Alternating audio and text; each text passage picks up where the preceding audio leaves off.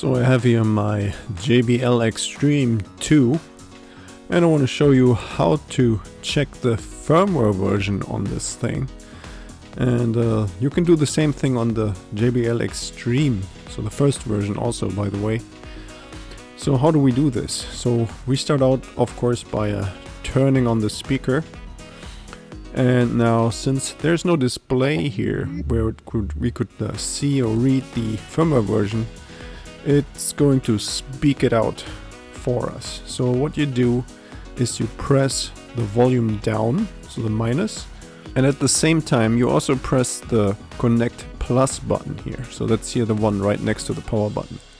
So you press and hold those for about 3 seconds, and then it will speak the current firmware version, just like this here.